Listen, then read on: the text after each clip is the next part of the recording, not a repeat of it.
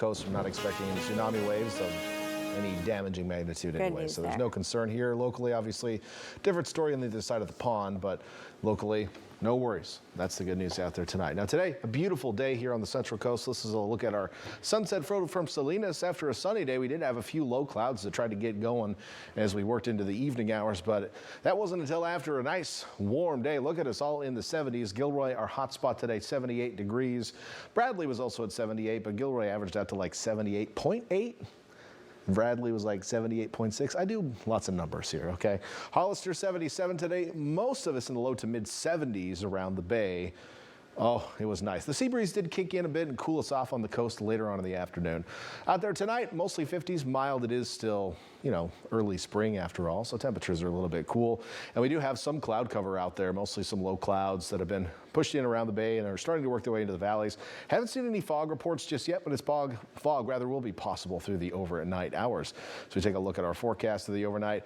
Expecting mostly cloudy skies, sunrise tomorrow around 6:49 a.m. and then a big difference in your weather tomorrow. The reason is this dry cold front is going to work its way through and usher in several days of unsettled weather. And we mentioned near the top of the newscast tonight, the weather system, the area of low pressure coming down the coast, the temperatures forecast aloft with it could be in the top 10 record coldest during the month of April, at least for Central California. So some pretty impressive numbers. That is going to mean some very interesting things for us here on the Central Coast, including mountain snow and high potential for small hail and maybe even graupel, which is something that other folks around the country deal with more often than we do. But graupel is a type of snow pellet, which you may see. We'll talk about that again in just a moment. Future track overnight showing the increase in low clouds around the coast and in the valleys. Again, patchy fog will be possible, but the depth of the marine inversion of the deepening marine layer, if you will, ahead of our front may preclude the fog from being on the coast. You may be more likely to see it in the coastal hills or perhaps the inland valleys. During the day tomorrow, we'll see partial clearing around the bay, partly cloudy skies, and then with the front, initially the air mass is going to be dry or relatively dry, so that will scatter out the clouds during the afternoon as we see here into the afternoon hours. Keeping these partly cloudy, but the northwesterly winds could be gusty at times, especially in exposed areas. And eventually we moisten up enough to get the chance of some showers to move in. That's going to start in the day on Thursday, probably mid to late morning hours when we start to see some showers coming through. It may catch the tail end of the morning commute though, so that's something to keep an eye on as you're heading out the door. Now, precipitation during Thursday, rounds of showers, okay, that much we can look at. What else could we see? Embedded thunderstorms with small hail.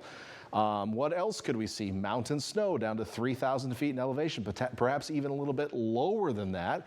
Now, most of us don't live at 3,000 feet or higher here on the Central Coast. None of the cities that I forecast for are above 3,000 feet. I think the closest forecast spots are Bonnie Doon and maybe like the Pinnacles where you're closer to 2,000 feet, but for the most part, most of us live lower than that. With that said, Santa Cruz Mountains could see some snow, the higher elevations. Some snowflakes may mix down to even lower levels. And graupel, we mentioned that.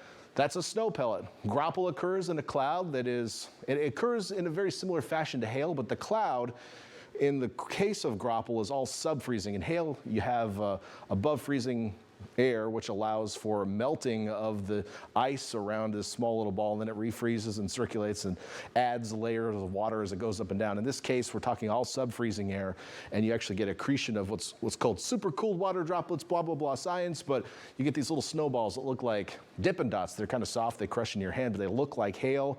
We have the potential for that. It's actually technically snowfall, so if you get graupel in your neighborhood, which is possible down to even much lower elevations just because of the nature of the depth of the clouds, it's technically snow, so you can say it snowed in your neighborhood. So that's possible during the day on Thursday and potentially into Friday as well. So it's going to be a couple unsettled days, Thursday and Friday.